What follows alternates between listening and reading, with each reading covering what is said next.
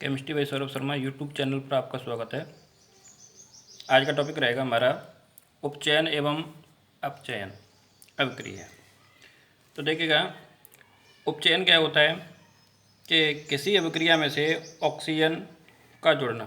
कोई भी अभिक्रिया है, उस अभिक्रिया में यदि ऑक्सीजन जुड़ती है तो वहाँ पर उपचयन होता है, या किसी अभिक्रिया से हाइड्रोजन H2 का निकलना, वो भी क्या होता है, आपका उपचयन होता है। ठीक है, दो चीज़ याद रखनी है, किसी अभिक्रिया में ऑक्सीजन ऐड हो रही हो, ऑक्सीजन जुड़ रही हो तो उपचयन होता है, या फिर किसी अभिक्रिया में से हाइड्रोजन बाहर निकल रही हो तो वहाँ भी क्या होता है, आपका उपचयन होता है।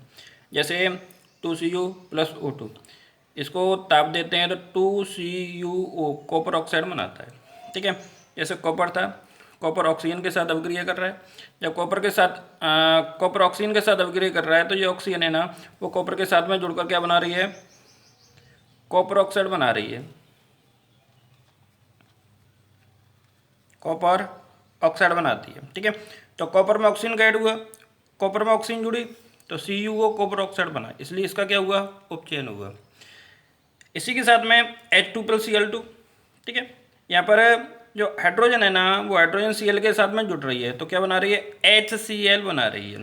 ठीक है, तो यहाँ हाइड्रोजन का ऐड हो रहा है, इसलिए कौन सी अभिक्रिया होगी, आपकी अपचयन अभिक्रिया होगी, जिसको आगे देखेंगे।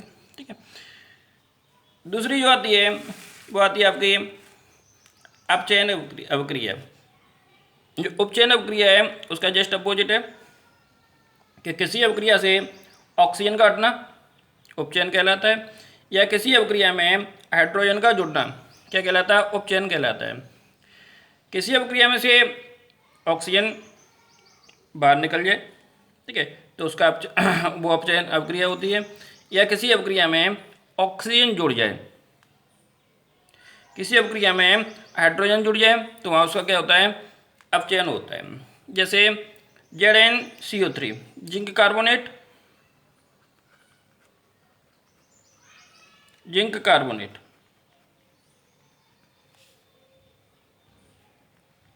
ये ZnO जिंक ऑक्साइड और कार्बन डाइऑक्साइड बनाता है। ठीक है, तो यहाँ पर देखिएगा होता क्या है कि ZnCO3 है, ZnCO3 से क्या बन रहा है, ZnO बन रहा है। यहाँ Zn के साथ में 3 ऑक्सीजन थी, कितनी रह रही हैं, सिर्फ एक रह रही है। ठीक है, तो यहाँ ऑक्सीजन क्या हो रही है, हट रही है, अभिक्रिया से ऑक्सीजन हट रही है, इसलिए इसका क्या होता है, अपचयन होता है। ठीक है, इसी प्रकार से CuO+H2 कॉपर ऑक्साइड की अभिक्रिया यदि हाइड्रोजन के साथ में कराए तो Cu+H2O बनाता है। यहाँ पर देखिएगा, यहाँ पर क्या होता है, इस अभिक्रिया में जो हाइड्रोजन है ना, वो हाइड्रोजन क्या कर रही है, ऑक्सीजन के साथ में संयोग कर रही है। ठीक है, ये हो गए हैं, एक कॉपर है, उस कॉपर से जो ऑक्सीजन है ना, वो ऑक्सीजन क्या हो रही है, हट रही है।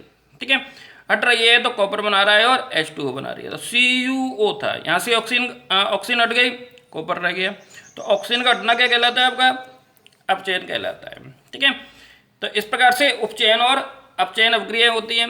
अभी तक हमारे चैनल को सब्सक्राइब नहीं किया हो तो प्लीज़ सभी सब्सक्राइब करें, लाइक करें और शेयर करें। इसके बाद में आती हैं आपकी रेडॉक्स अभिक्रिया। तो रेडॉक्स अभिक्रिया क्या होती है भाई, रेडॉक्स अभिक्रिया उन्हें कहा जाता है कि ऐसी अभिक्रिया जिनमें उपचयन और अपचयन दोनों अभिक्रियाएं साथ साथ होती हैं। ठीक है, जिस अभिक्रिया में उपचयन और अपचयन दोनों अभिक्रियाएं साथ साथ होती है उसको रेडॉक्स या उपचयन अपचयन अभिक्रिया कहा जाता है। परिभाषा देखें कि जब किसी अभिक्रिया में उपचयन और अपचयन साथ साथ होते हैं तो उन्हें उपचयन अपचयन अभिक्रिया कहते हैं। इन्हें रेडॉक्स अभिक्रिया के नाम से भी जाना जाता है। ठीक है, तो बताया उपचयन होगा और अपचयन होगा, तो ऐसी अभिक्रिया क्या कहलाती है, हमारी रेडॉक्स अभिक्रियाएं कहलाती है। ठीक है, इनके एग्जाम्पल की बात करें तो हमारे पास में कॉपर ऑक्साइड और H2 है, इसको गर्म करते हैं, ताप देते हैं तो कॉपर और H2O में परिवर्तित हो जाता है। ठीक है, तो यहाँ पर देखिएगा H2 क्या बना रही है, H2O बना रही है।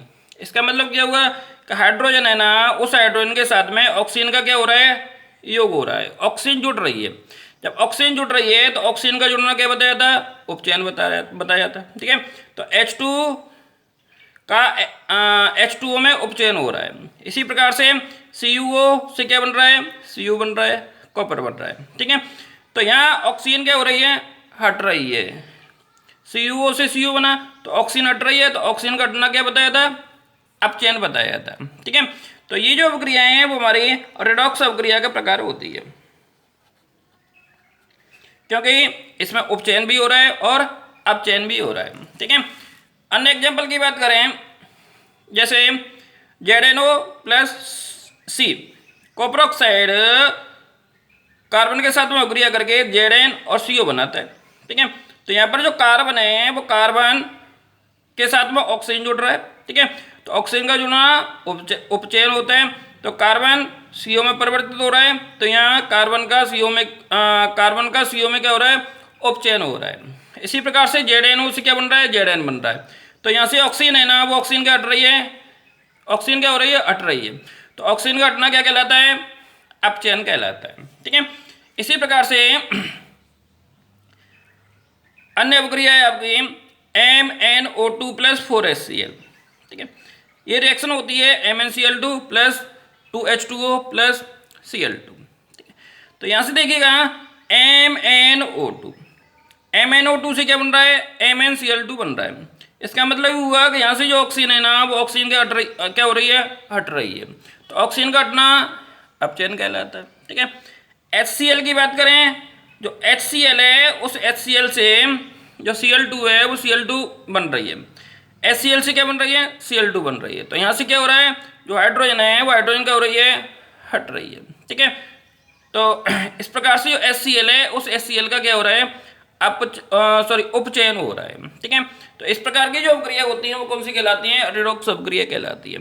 ऐसी अभिक्रिया जिनमें उपचयन और अपचयन दोनों साथ साथ होते हैं, उन अभिक्रियाओं को उपचयन, अपचयन या रेडॉक्स अभिक्रिया कहा जाता है।